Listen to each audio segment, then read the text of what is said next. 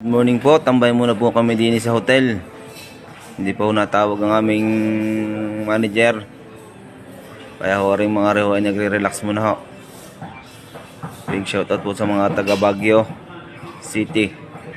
Nandito po kami ngayon sa City Center Hotel. Ito kami ngayon nagpapalipas ng oras.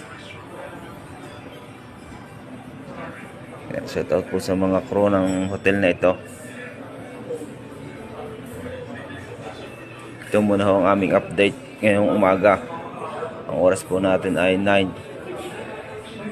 AM. Hindi po kami makapag pasyal-pasyal. Wala pa ho kaming nantay po namin ang aming boss Sante. Shoutout po sa mga Santes Calibration po sa Occidental at sa Rojas Oriental po at sa Calapan City.